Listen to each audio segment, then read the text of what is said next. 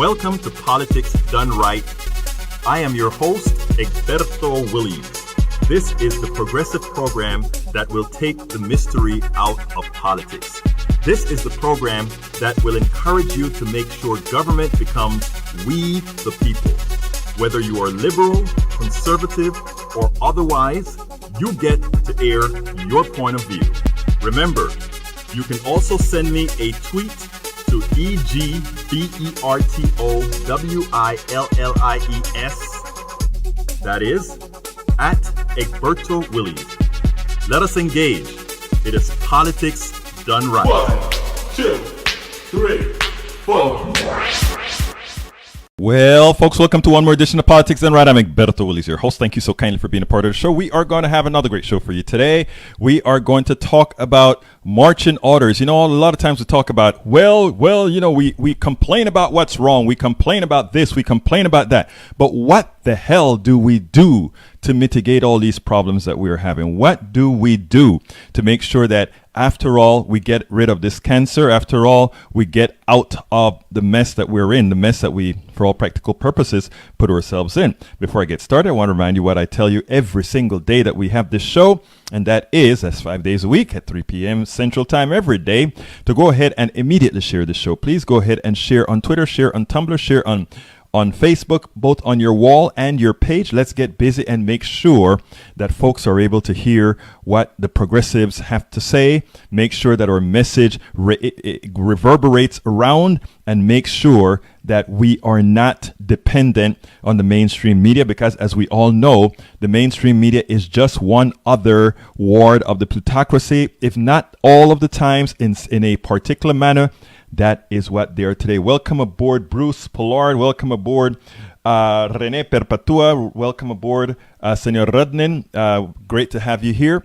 We're going to talk about exactly, again, what we spoke about is to what are we going to do. So again, if you're just joining us, please go ahead and share the program right away while I have you here as well. I want to remind you that this is a progressive show. It's a progressive show that needs your support. Remember, the right is always flooded in cash. The right is always ready to go. The right is always funded by all those folks who want to control the plutocracy. The only funding source we have is you. So please, we go to patreon.com/politicsdoneright.com. Yesterday we hit 50.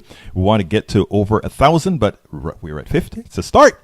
Go to patreon.com/politicsdoneright. Patreon.com/politicsdoneright. I figured out finally how to get you the electronic book through the Patreon system. It's something that I should have known before, but I figured it out last night. So I sent you a post. All of you that are currently patrons, you received a post with the electronic copy of the book. So please go ahead and pick that up.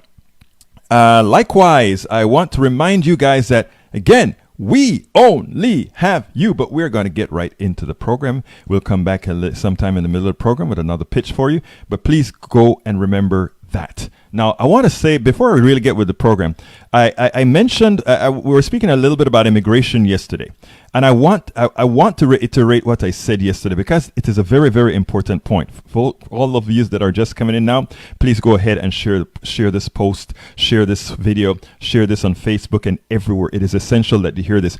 And this message that I'm going to give before we get to the core of the show is important, and it's about immigration. It's about Appalachia. It's about the ghettos. It's about the barrios. It's important and imperative that we get this, because this is what the right wing is going to use against us. Many sit believing that Donald Trump is not very smart for what he's doing with immigration. Donald Trump is very smart with what he's doing with immigration, and I'll tell you and I'll explain to you exactly why. It may look bad now that he's holding on to kids. It may look bad that he's splitting kids from family. That is immoral. That is horrendous. But here is the thing. Donald Trump had to do something massive to make immigration take center stage, because we know it's the economy stupid. So he needed something away from the economy, away from the tax cuts that screwed his own people, away from all the things that he did in the 2 years that screwed his own people, and immigration is that issue. Now, people sit down and say, but wait a minute, look at how people are reacting. They hate what they're doing with those brown kids on the border. That is true. But let me tell you something. There's a cornel part of a whole lot of Americans here that see the poverty and see the distress that those kids are in. But they also see that in many of their communities, those same distresses are there, and progressives are not banging their fists against the wall to point those out with the same intensity that they're pointing it out for the immigrants. Look, this is not anti-immigrant or anything here. I am an immigrant. Legal one, I am an immigrant. What I have to tell you, though, is we have to learn to chew gum and walk at the same time. With the same fervor that we are supporting those kids that are being abandoned, that are being ripped from their parents' arms, for the same fervor that we have for those refugees that are trying to get into the United States, how we are out there in the fields, we're protesting. We should also be protesting in the middle of the different ghettos around this country. We should be protesting in the middle of the barrios in this country where there's a whole lot of bad things happening as well. We should be in Appalachia, where you have all those poor white people as well. So what I'm trying to tell you, this is an important concept here. We have to be protesting, and we have to show the same fervor that we're showing for this one issue. Let me give a one thing that happens a lot of times with progressives when we are doing our jobs. Many times, because we are progressives, we want good things for everybody. But many of us are living fairly, relatively comfortable lives. So we protest close to home. We protest in areas that are, well, kind of cool. And we protest where, the cameras are going to go with the immigration thing and so forth.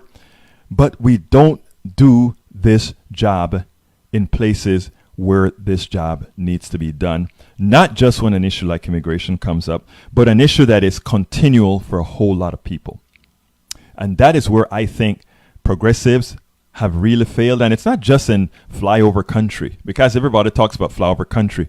The only reason it's about flyover country that feels neglected is that progressives, Democrats in specifically, think that they own the urban areas, and as such they don't have to do a whole lot in the urban areas to get those votes.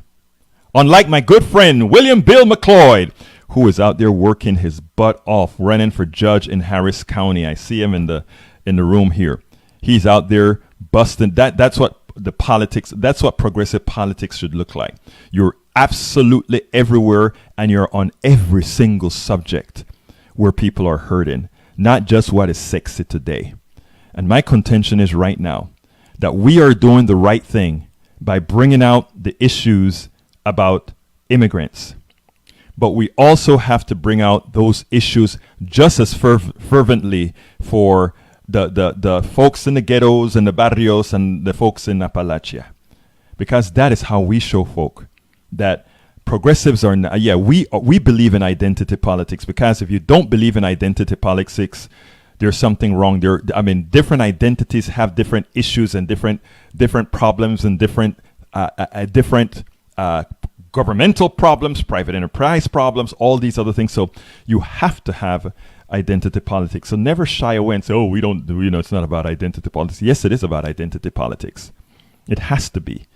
Until we become a true melting pot, it has to be identity politics that you always have to play. But identity politics, you can't allow them to make it a bad thing. You have to make it a real thing, a good thing. Folks, if you're just joining us, please make sure to share the program on your Facebook page, on your Facebook wall. It is important. And this message about immigration, I really want it to be promoted because, again, we are doing a good thing in supporting immigration. But like the person I had on the show yesterday, which was not a Appalachia white person that is just prejudiced against immigrants, I showed, and it's interesting because this young man just happened to call the show, and he was able to make the point that I made earlier in the show to show that we have to look at these things from a practical standpoint. The immigration thing isn't a white racist thing against brown people, because we also showed that there are other people who are themselves fairly anti-immigrant necessarily for different reasons, but the outcome ultimately is the same. And Donald Trump will speak to all those people by bringing this up. And he can cater it on a per ethnic group basis in this country to carve out a win. And that is what I hope. You know, you don't, our liberal and progressive intelligentsia on TV, they talk a whole lot of crap about the immigrants and how Trump is doing this. Here's the deal. It's not like they know much. How right have they been over the years? The progressive intelligentsia. If they were all that right, the only one that really understands all of this stuff, when I say the only one I mean, I'm talking rhetorically, of course, but President Obama and his cabal. That's why he was always able to buck the system, because he understands this sort of a thing. But anyhow, we are going to get busy with the program. I just needed to bring that immigration thing out because, again, it is a scary thing. And for all those people who are just dismissing it as the president losing it, or the president is going to throw all of this away and it's going to hurt his party, all of that sort of stuff, it isn't true. It is not true at all. And unless we understand that, the title of an article that I saw a few days or a few weeks ago that said 2018 is sure as hell looking again like 2016, and we don't want that. We definitely do not want that. Anyhow, title of the show today is We Do Not Need to Despair, but instead follow these marching orders. And by the way, one of the marching orders that's not in here that I should have said is we need to learn to chew gum and walk and chew gum at the same time. And with that, I'm talking about the immigration issue. Subtitle of the show today is Disregard the pundit class and the professional analysts that continue to be wrong all of the times. Despair for many did not start with Trump, but we can end it. And when I say despair didn't start with Trump, that's exactly what I mean. Despair didn't start with Trump. Despair has been around for a long time, for a lot of people, for a very long time, quietly. And yes, we talk about it in a bit sometimes. We don't talk about it near enough. We don't talk about it near enough for all those people that are in distress. And as a progressives, that is what I think we have to do. We have to recognize all of those that are in or having issues right now. Folks, please remember, if you're just joining us, please share our show on your page. Please share our show on your wall. Please share our show everywhere. It is imperative that we do so. If we want to get this message out, that is what will happen. Anyhow, many people are continuing to fall into a state of despair. But for many others, the ones who did not vote at all, or some who voted for Trump to blow up the system, need our attention now. On yesterday's show, I tried to explain immigration in a context many Americans fear talking about. It is all intertwined. We have to remember, all this stuff is intertwined. It's not as it's not as disparate as many people think. They're all intertwined. Ironically, our failure to address the needs of a large segment of our population, white and people of color, makes the issue more dangerous to tread than progressives realize. The election can turn on it, and most of our pundits and analysts are oblivious to it. One wonders if because of willful ignorance or just on purpose, and I don't know which one it is. Today, we discuss a set of marching orders that is all-encompassing, that should mitigate all these issues. If we adopt it diligently, we will be on our back from the brink. We will be on our back from the brink. Did I really mean to say that?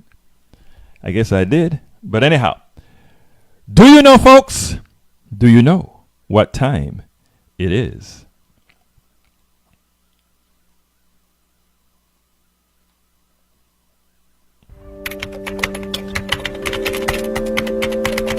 It's time for the weekly blog post.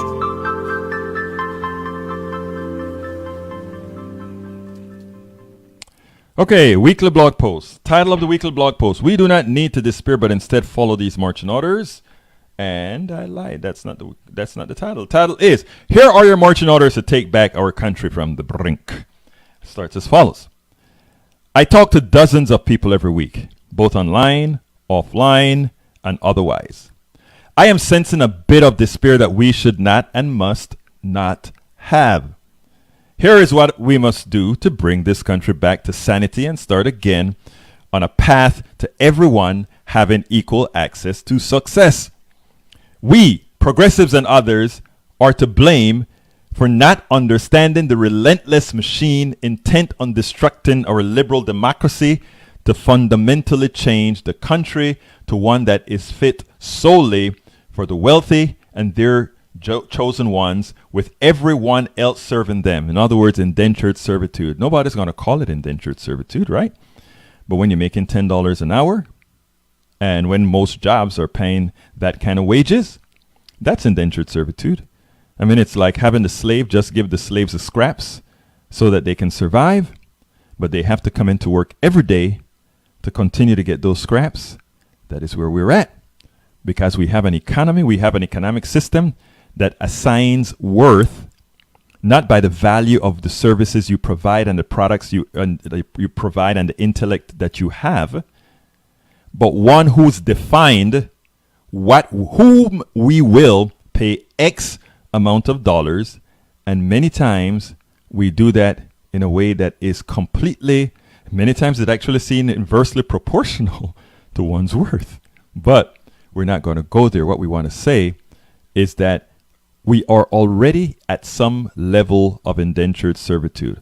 We already have the families that are living together because no longer can they live alone. We're talking about people that are carpooling, although that's good for the environment.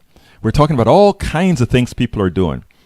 And for those of you who live the comfortable life, hey, I live a fairly comfortable life. What I try to do, however, is be cognizant, be empathetic to not just my immediate surroundings, but to the places that I go, to the places I read about, to the places I study about. It is so very important, right? Anyhow, so we progressives and others are to blame for not understanding the relentless machine intent on destructing our liberal democracy to fundamentally change a country to one that is fit solely for the wealthy and their chosen ones, with everyone else serving them as indentured servants. It is incredible the tactics they've used to accomplish this task. And you know what?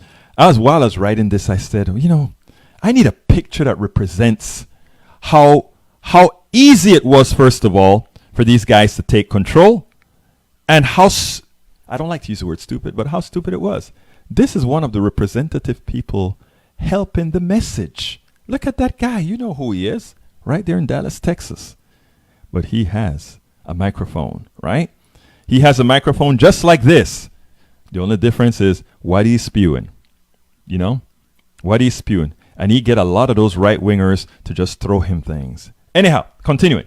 Robert Wright's recent blog, post titled "What We Must Do Now," has some great marching orders that we should all follow and make sure others begin to develop. That's one of the reasons I said we got to share these things. We have to make sure others develop these as well. It is not a short-term list. It took us quite a while of neglect and apathy to get here. So we can't sit back and think we're going to solve all of this with the next election. This is going to take a whole lot more, because this stuff started just after Reagan, or I could say just before Reagan. We could actually throw Nixon in there, but I'm not going to go back that far in the history. Folks, if you're just joining us, please remember to go ahead and share this on your Twitter, Tumblr, your Facebook page, everywhere. We need to have your voice heard. Anyhow, first and most importantly, do not give up. That's what they would like us to do. They have no opposition at all. Powerlessness is a self-fulfilling prophecy. Please do not succumb to it. So again, the first thing is you don't give up. And a lot of people think, I'm not giving. Look, you don't give up. I tell you, personal experience. I never ever at anything accept no as the final answer. I've learned that. Nobody should accept no as the final answer. You have not completed your task until you have exhausted all possibilities. When I was in school, I never took no as an answer. When I was on the job, I never took no as the answer. When I formed my own companies, plural, I never took no as an answer. With all the boots at your neck, you never take no as an answer. If you program that in your head, when somebody says no, you never get dejected. You never get embarrassed. You never get any of that, because no just means it's time to move to the next step. So, my dear progressives, no is not the answer. If in November somehow we don't win what we think we're going to win, are we going to get dejected? No. We are going to move forward and say, so somehow the voters didn't go with us. We got to keep on keeping on. And it's not a cliche. You live your life that way, and you only move in the aggregate. You're going to move back sometimes. But in the aggregate, you move forward. And that goes with politics. That goes with everything. But we have to multiply ourselves to make others do the same. But you first have to get your head strong. You have to first be headstrong. Not allow others with negative influences and opinions to somehow influence your outcomes. Right? You know, there's a song, I don't remember who sang it. I can do all bad by myself, that sort of stuff. So don't let others have that impact on you. Zero, zilch. The only folks I allow to have an impact on me are positive people. When I find that you have a negative string, I limit communications with you. I limit association with you, because there's no way I will allow that cancer to spread. Folks, that is how you must be. That is how we are going to win this battle. Numero dos, second, in the short term, these are the steps that Dr. Robert Reich is given. I interviewed Dr. Reich. He was the Secretary of Labor for Clinton. I interviewed him twice. And you can actually go to the website and just put Robert Reich in there and listen to the interview that I had with him a few times. Now, here's the deal. So these are his marching orders. I'm going to have a few of my own as well. But here's the deal. Second, in the short term, contact your senators and urge them to oppose Trump's nominee in the Supreme Court. If your state has a Republican senator, you might mobilize and organize your friends and neighbors to do whatever they can to get that senator to reject Trump's Supreme Court nominee, or at least postpone consideration of that nominee until the midterm elections, so there's a chance to change the composition of the Senate. Here's the deal. I can say the group... what is it called? Indivisible right here, a group that I'm a member of as well. They are at it every single Tuesday in front of our two senators' offices. All the time. They're all there all the time. Now, however, remember I always say don't take no as an answer. They are not taking no as an answer. But here's the deal. By the same token, if that vote occurs in August and there's a new Supreme Court justice, the ones that we don't want or like, that would have been somebody telling us no. That would be the Senate telling us no. My question to you, are you going to feel dejected? Or are you going to feel, all is lost now? We've lost the Supreme Court. And because we've lost the Supreme Court now, all the progressive laws that are out there, somebody will be able to make it unconstitutional, which they could. The answer is no. You don't accept no as an answer, because there are other mechanisms within the Constitution, and I spoke about that 3 shows ago. And I want to tell you, for those new people that are coming in, if you're just coming with us, please share this show on your wall, your Tumblr, your Twitter. It is important so others can get these messages. Here is what we do, and this is important. There's this stuff called super majorities in the Senate and the House. We work like hell to get those super majorities, and all we have to do then with a supermajority is threaten the Supreme Court. You overturn these laws and we start the impeachment process, because you have gone beyond what the constitutional role you have is. It may be to interpret the Constitution. It is not to write the Constitution at all. The laws are made by whom? The people. And who are the people? The representatives of the people. So therefore, what you want after you've lost the Supreme Court is to win Congress big. Because at that point, there is the threat of the only way to remove a judge, only way, is through impeachment. There is a legal way when a judge misbehaves to remove them from office, and that's the impeachment process. So again, what I said, you never accept no as an answer. Third, from Robert Reich, make a ruckus, demonstrate, engage in nonviolent civil disobedience, fight lies with truth, join the resistance. Many grassroots organizations are doing great work and could use your help. And luckily, the first one he called is one of the organizations I'm a part of. Indivisible, Swing Left, Uprise.org, Move On, Sister District, Flippable.org. I'm sure I've left out many others, he says. Check with your friends and check online. And that is very easy for you to do. Check with your friends and check online. We are doing it. This is the march to move us away from the brink. And that is what we're going to do. Número cuatro, fourth thing that Dr. Wright has to say.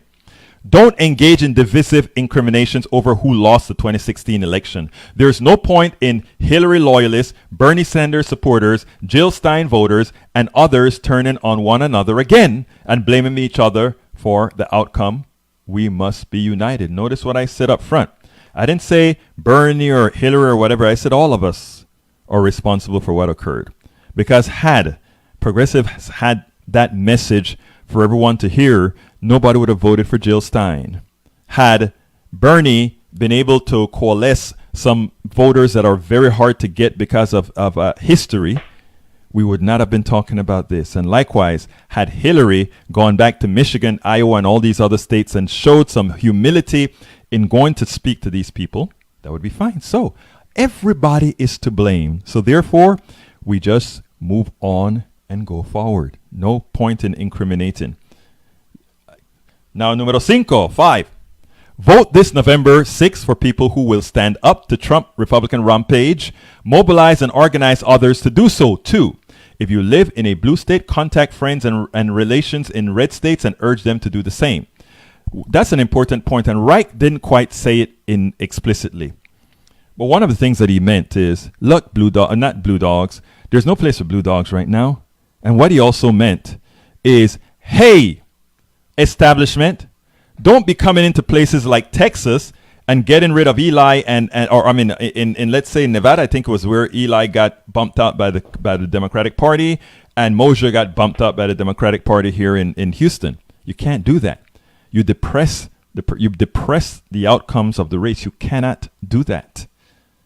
So going forward on like I mentioned before, if the DCC goes into any of the primaries that are set to happen between now and the election, not only Politics Done Right, but a lot of other small but effective of these shows are going to make it its business to go against the DCC pick. Stay out of it. Stay out of it, Democratic Congressional Committee. Stay out. You do not belong in there at all. Okay, 6th. Help lay the groundwork for 2020 presidential elections so that even if Trump survives Robert Mueller's investigation and a possible impeachment proceeding, he will not be reelected. That is also very important. Why is that important? Because remember what I spoke about supermajorities in Congress? The supermajority in Congress and impeachment depends on there being that president in the White House, as well as I recall. I think he has to sign the impeachment proceedings, if I remember my laws correctly. Don't quote me on that one. You know, I only like to give away facts here. I believe that's the case, but my researchers online, go ahead and research that. I think the impeachment of a judge by Congress, check to see if it requires the executive. I think it requires the executive, but I'm not sure. Okay, so finally, he says, now that this fight will be long and hard, it will require our patience, our courage, and our resolve. The stakes could not be higher. We are talking about the future of our democracy and the well-being of our children and their children's children. Their children's children. And that is a fact.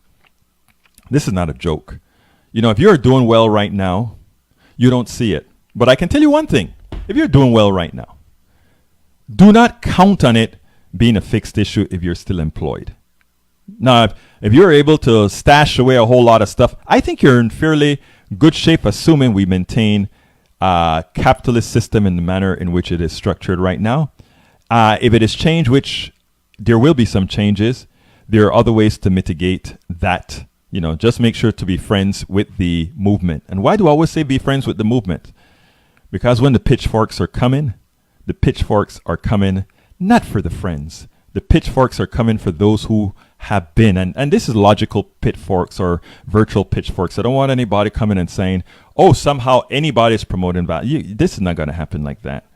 All right, this is likely not going to happen. The only way you get real pitchforks and real battles of that type is if we as progressives are unsuccessful in doing our job.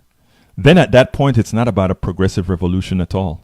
Because at that point, the values that progressive will be superseded by more carnal values. And if more carnal values come out, it is the animal in humanity remembered that you're going to have to fight with. And a lot of people don't get that. They better hope that progressives are successful in the mission. Because if they're not, what comes after progressives ain't anything nice. So they better hope that we are successful in moving this country, in turning this juggernaut into something that is positive for everybody. Folks, if you're just joining us, please do remember to share this program. Go ahead and share it on your Facebook wall, your Facebook page, your Twitter, your Tumblr, everywhere else. All right. So Robert Reich is correct, but we need more. We need to have a simple but all-encompassing message and narrative that our politicians and activists must be ready to articulate to those we are activating to vote. You can't just go say, go vote or go vote for this person. They've done that. Been there, done that. All these folks have done that. You know why voting is so low? People say, oh, people don't have time. I mean, it's not that. There's nothing compelling for them to vote for that says, I'm going to take off 2 or 3 hours off of my job because in our infinite wisdom, we've created times where the working man is working to have these votes. No, not at all. But people will bust their butts to vote if they really, really think the people that they're voting for are going to go and fight like hell to get the things that they want. So we have to do that. We have to have at the tip of our tongues what is in it voting for progressives. What's in it for them? What's in it for them? So I wrote about that in a recent blog post titled, The 5 Issues Democrats and Progressives Must Push to Win the 2018 Midterms. And here's what I said. Progressives must define their opponents first so that it is them who are on the defensive. And why shouldn't we do that? They attempt to do that with lies. We will do it with truths. We are going to explain where the tax cuts from the tax cut scams went. We are going to explain to them that because of the tax cuts, less money went into the Affordable Care Act, which means premiums skyrocketed. We are going to tell them that there is a deliberate sabotage because of ideology to prevent a lot of people from signing into the Affordable Care Act, thus further increasing the price.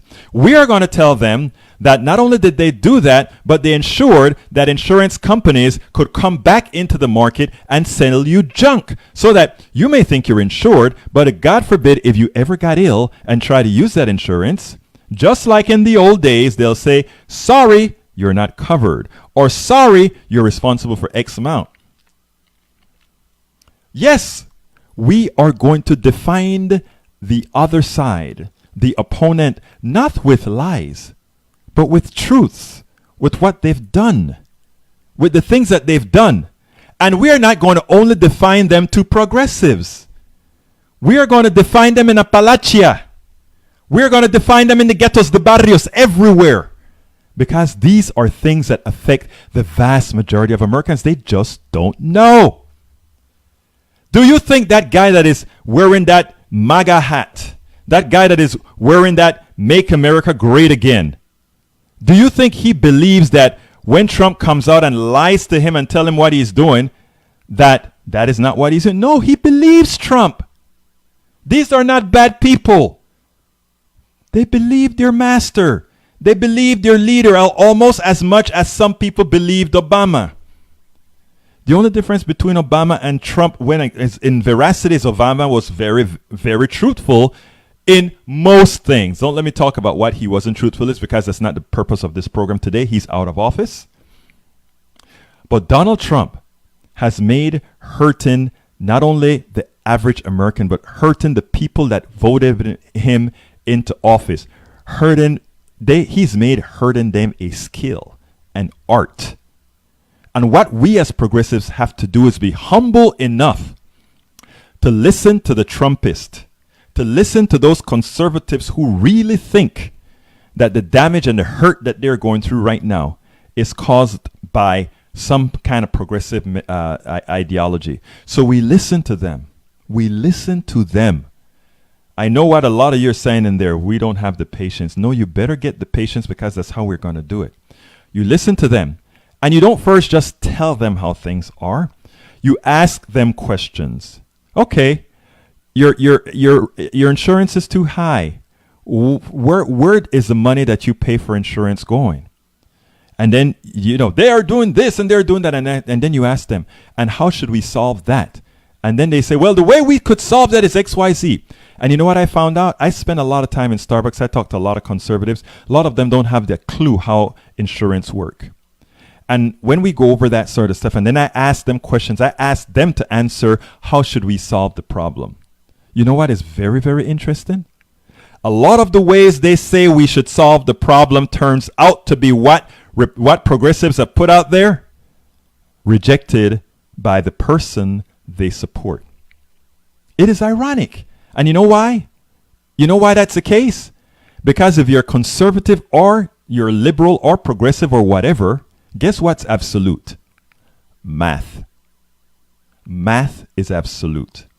And that is why in a lot of the talk-ins when I'm dealing with these folks, after doing a ton of listening, I start asking them, how would you solve this particular issue? Because remember, when the Republicans talk about what they want to do with healthcare, all they say is, go into the private enterprise and let them innovate and let them competition.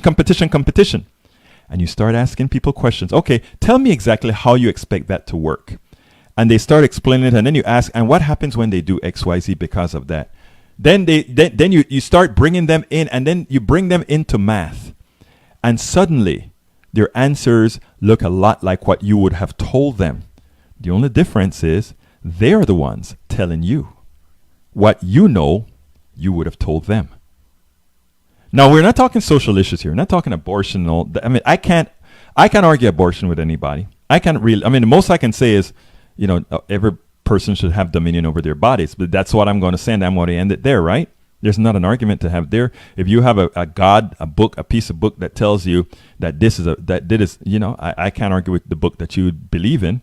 So there are certain things I won't argue about. But the things that matter to Americans, and that's going to really, really matter in November and all subsequent Novembers, are these. And you have to talk to all people. You can't just sit down and say, I'm going to talk to progressives. There's not enough of us to have a veto-proof, not a veto-proof, but a supermajority in the House, Senate, and win the presidency with a bang.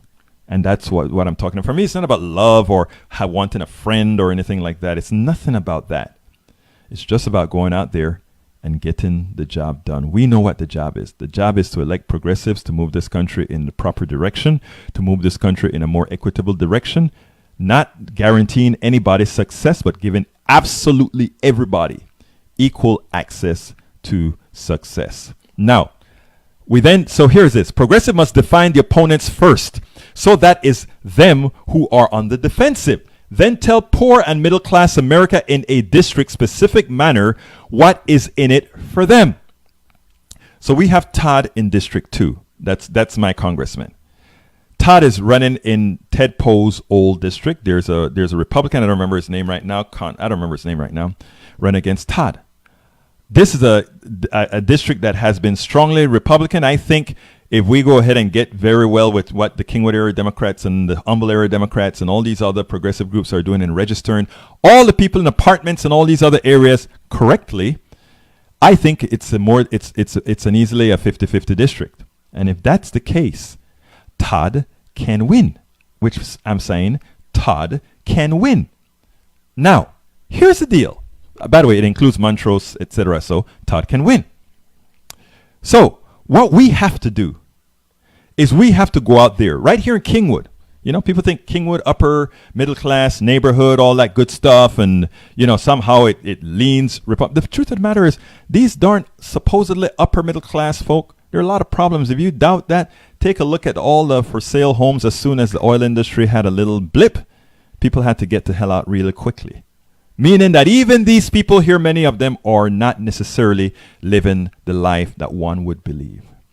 So therefore, the policies we support will also be for them affordable health care. Make sure that their kids can go to college even if for some reason Exxon lays them off. All these issues that we're talking about talks to every single American. Unless you're super wealthy, in which case we're coming to recover some of what you stole legally, you know. But it is speaking to most Americans right here in this neighborhood as well. So, then tell poor and middle class America in a district specific manner what is in it for them. It must be clear to them what they expect out of voting for Democrats. So, what should we tell them? What should we tell these guys? Numero uno, Democrats will fix the healthcare issue once and for all with a single payer Medicare for all system, but that's not enough. That's a bullet you tell them. But some of them are going to say, but we heard that socialized medicine, and in Canada, there's a lot of waits. Then you have data for them. You don't go ahead and fill them up with that stuff right away. If they ask, read egbertowillies.com, all the stuff that I've done on single-payer healthcare, including going to another website I have called singlepayerhealthcarenow.com, singlepayerhealthcarenow.com. Learn about single payer. Learn about all these other things that are going on here so that you can explain it to them if they want it in detail. Most people won't want it. They hear single payer, that everybody pays taxes and you're covered for health care. Oh, that sounds great. And it saves money, the country money, and explain why. And then they're going to hear from the other side quite a bit of lies. Just be ready to answer the lies. Numero dos, the second item that you must have at the tip of your tongue. Democrats will provide student loan relief. I mean, look. Getting a going to school for a doctor in some schools is going to cost you $500,000. That's probably what my daughter going to probably come out of school with. Okay, but you're an asset to society. You get an engineering degree and you're $100,000 in debt. Why? Because we gave tax breaks to all the people that in the past would have paid just a little bit more to ensure that our educational institutions are funded. We're going back to those days. We're not pilfering you. What we're doing is we're right taxing you. And we need to right tax with recovery. What I mean by that is we have to recover that which was stolen legally after particular groups purchased politicians to have favorable tax rates that hurt the country as a whole. That is what we have to remember. That is what we have to remember. Third, Democrats will provide need-based subsidized child care for anyone who wants to work. Hey, people talk about, oh, we can't get folks to work. Well, if you're in check this out. If you have 2 kids, you are working a minimum wage, not even a minimum wage. Let's say you're working for Starbucks, $10 an hour. All right, $10 an hour. That is, let's say, $400 a week. That is $1,600 a month. Oh my God. Out of that, you got to pay rent. Let's say rent's going to cost you $800. I mean, that would be cheap if you were able to find someone for $800. And let's say your spouse works as well, so that you bring in $3,200. You still can't afford to put your 2 kids in daycare. The society is not designed to ensure that people live. It's ensured for people to scrape and scramble. No. I thought that's what the third world was all about. No. We have to have a system that justifies people having kids. I mean, hell, if you don't have 2 kids, the population drops anyway. And then we have people who don't want immigrants. You don't want people to have 2 kids because they can't afford putting 2 kids in childcare. And you don't want immigration. Well, you have a negative birth rate and eventually it collapses on itself. People. You have to understand the mechanics. Those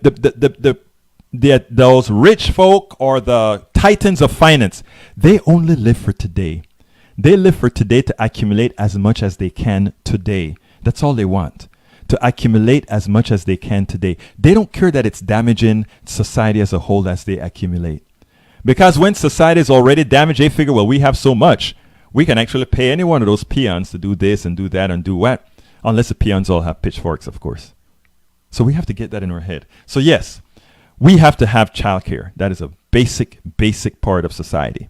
Also, Democrats will decriminalize marijuana and treat drug use as the disease that it is. I used to hate calling drug use a disease. I hated it because I always say you have control. But we're in a society now where legally drug companies infect people. Notice I said it, infect people by giving drugs that they get addicted to. And then after they get addicted to it, they make some more money on addicting you to it. And they make more money giving you the solutions and the drugs that help you get unaddicted. I mean, it's a racket, right? It's a complete racket. We have to see that. So therefore, the first thing that has to happen is we decriminalize drugs. What that means now is suddenly a lot of that free labor they get in jail, from companies get from free labor in jail, all those private corporations that have prisons, all of that market, finito, gone. I would also include in that bill that private jails are illegal. I would make it illegal. You should not have private citizens holding private citizens. That's slavery. So therefore, if you have a corporation holding private citizens, that's slavery. If you have a government, we the people, holding people that have done wrong, that's different. Let's remember that. Private people holding people hostage, that's slavery. So let's remember that, okay? I mean, a lot of people don't think these things through. They just think, private prison's more efficient. A private prison cannot be more efficient than a government-run prison, period. Impossible. The shareholders have to get money. Okay? So don't believe the crap. Lastly, that I want to have, Democrats will make the criminal justice system live up to the justice is blind motto. Why do you need that? You also need that to make sure everybody, whomever you are of whatever ethnicity, understand that Democrats, progressives, are going to support policies that ensures everybody have equal access and equal jurisprudence under the criminal justice system. Now, those 5 bullet points expressed in different terms will work in every district in America. It appeals to millennials, people of color, all working class people, parents, and every demographic in between. Most importantly, these bullet points afford Americans a path to self-sufficiency. It frees them from the aberrations in the economy that stunts innovation, the inability to start one's business, and the dependency and the enslavement to the corporation. One would hope that every Democrat who gets on Fox News, MSNBC, CNN, ABC, CBS, NBC, HLN, or any other network would steer every topic to these bullet points. In other words, hey, what do you think about Trump and going to Russia? Well, Trump is going to Russia. It's that's his thing. But let me tell you what Americans care about. Americans care about Democrats will fix that. We are going to fix the healthcare system, that we are going to provide student loan relief, that we are going to subsidize childcare to ensure that anybody who wants to work can work. We're going to decriminalize marijuana and drugs to prevent those people from just costing the taxpayer more money. Instead, we're going to help them so that they can become productive citizens, and Democrats will make sure the criminal justice system works for everybody, so nobody has to complain about the criminal justice system stunting the possibility that they have in society. Wow. Suddenly, you have all those things down on your tip of your tongue, and you get that out not only to that person asking about Trump world, but when you get on CNN, when you get on Fox News and all these things, even the Fox News listeners get to hear your message in one cohesive manner. All of them do. And that's where we have to learn to go. That is where we have to learn to go. So ending the blog. The above is a lot, but we dug ourselves a deep hole. Trump and his cabal are systematically entrenching a wretched ideology that is destroying the country. We will have a lot of repairing to do as we start moving to make lives better for all Americans instead of the pilfering that didn't begin with Trump, but that he is normalizing. You see what Trump did? Trump came, the pilfering started. Trump makes it normal. Trump makes it in such a manner that people say, so Pruitt is stealing money. They all do it. So this person is doing that. Even the people that getting screwed. Yeah, well, they always do that. Trump is normalizing it. And that's one of his biggest dangers, to normalize evil. Once you normalize that, there's no metric. There's no metric. There's no way to measure. No way to measure. So let me go to my peeps. Wow. I didn't realize it was that okay.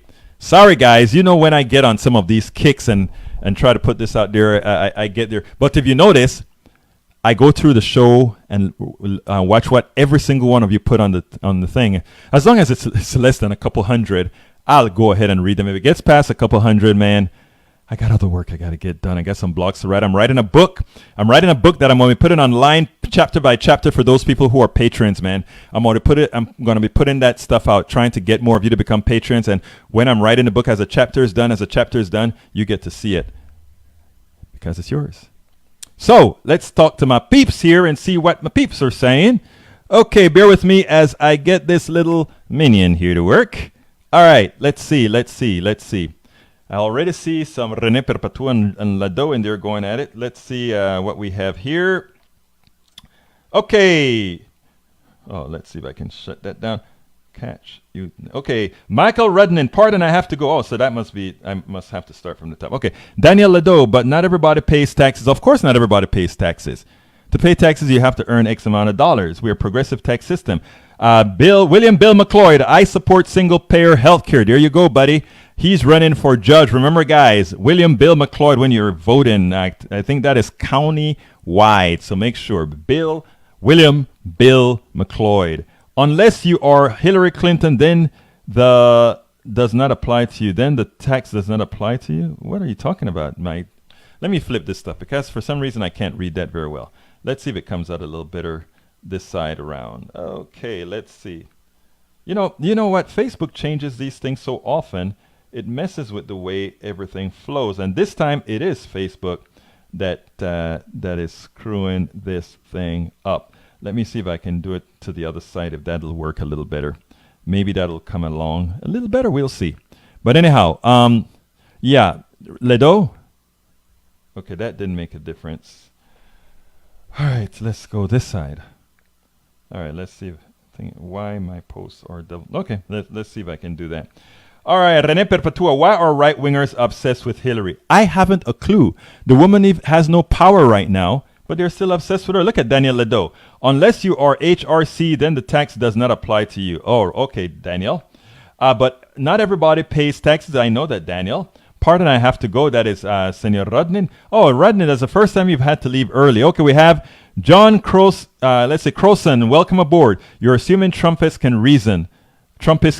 So far, Dems are failing and will continue to do so. Look, everybody can reason, all right? But you have to get to the spot that makes them want to reason. You see, what I want to say is that is some of the condescension that all of us have a tendency to have, myself included sometimes. But we have to try to break from that kind of a twitch that wants us to say that and then try to communicate, because there's always a place where you can meet. The hardest thing is finding where that place is to meet. Okay, Charlotte Jordan, welcome aboard. My apologies, I'm not sure why my posts are double posting and spell checker is I've run into those problems. René Perpetua has a face that I don't understand. Charlotte Ledo, with or without Russia.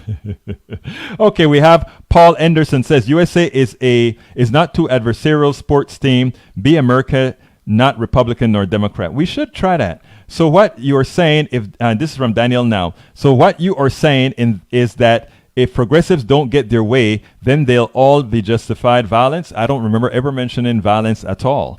All right, Rudnan, Charlotte, I wish that were true. The Daily Beast, that was an internal communication.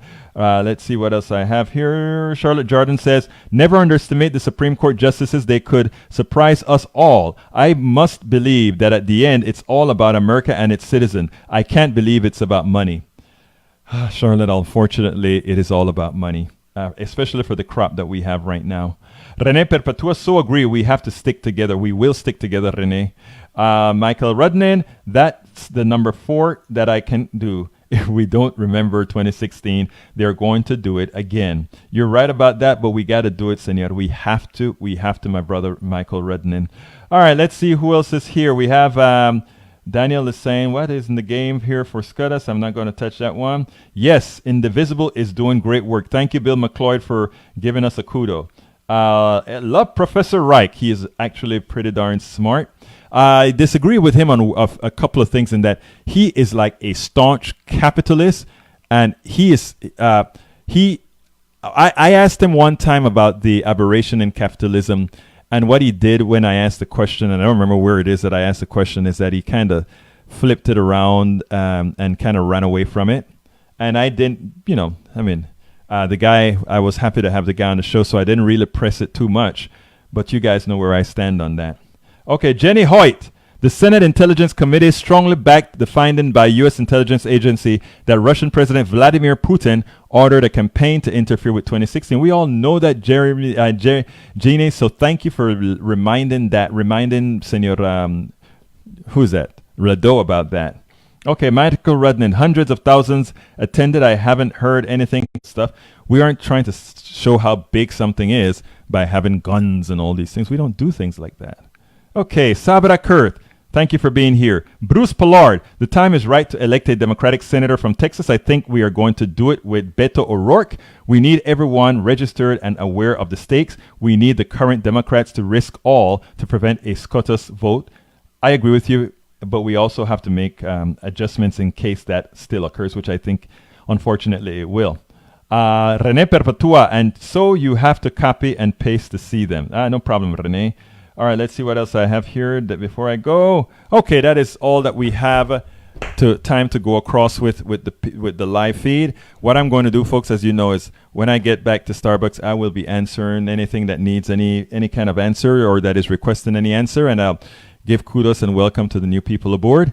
But folks, before I go, I want to do my last pitch, and that is to tell you this is a progressive show. I want to ask you guys to go ahead and consider becoming a subscriber to the show, become a Patreon of the show. Go to patreon.com/politicsdoneright. Patreon.com/politicsdoneright. Go ahead and, whatever it is that you can to support progressive media. We are going to be, or not we are going to, we have interviewed several progressives. We're going to continue interviewing progressive from throughout the county, from throughout the country. We interviewed once Alexandria Ocasio-Cortez. I'm trying to reach her, but now that all the big guys have her, I'm having problems getting to her. We're the little guys, so we kind of have to wait our turns, right? So after this stuff smooths over and they are done with their infatuation with Senora Cortez, I will then make another attempt to reach her because, again, that's how it works. If MSNBC and NBC and CBS and Fox News and all these guys want you, they don't have a choice. They're going to go ahead and make whatever preparations. They're going to fly them to wherever they need to fly them, etc.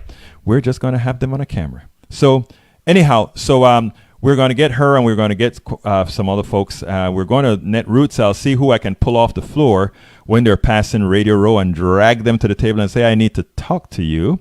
So folks, please do remember, folks. Go to patreon.com, patreon.com/politicsdoneright. Support the Politics Done Right, the show. We don't ask you to do what we don't do. We support opednews.com, dailycoast.com, coffeepartyusa.com, kpft.org, our KPFT radio station that also carries this program. It's a Pacifica Network station. We also support democraticunderground.com, among other progressive organizations that's there to get the message out. We need you. We need your support. One of the things people complain about is, well, we can't get XYZ done. The right never has problems getting support. I fly all over the country, right? There's a time I could do it all on my dollar. There's a time that the website was making enough to go ahead and cover all of that and survive. Well, since I lost 90% of that, it is important now than ever that we get subscribers. That's how we got to Washington, D.C. That is how we got to New Orleans. That's how we got to Portland. That is how we got to Virginia. That is how we were able to do all those programs in different places. Arizona. That's how we covered when we had the big protests against Arpaio. That's how we covered when we shut down the freeway in front of the stadium in St. Louis, Missouri. That's how we bring all of that to you. The best we can. So we ask you to go ahead and support Politics Done Right on patreon.com/politics done right. Again, that is patreon.com/politics done right. My name is Egberto Willies. This is Politics Done Right. And you know what I'm going to say? I am out.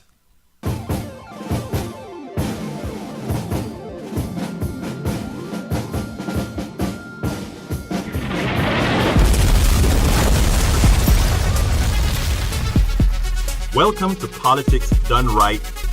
I am your host, Egberto Willies. This is the progressive program that will take the mystery out of politics. This is the program that will encourage you to make sure government becomes we the people. Whether you are liberal, conservative, or otherwise, you get to air your point of view. Remember, you can also send me a tweet to EGBERTOWILLIES. That is at Egberto Willies. Let us engage. It is Politics Done Right. 1, 2, 3, 4.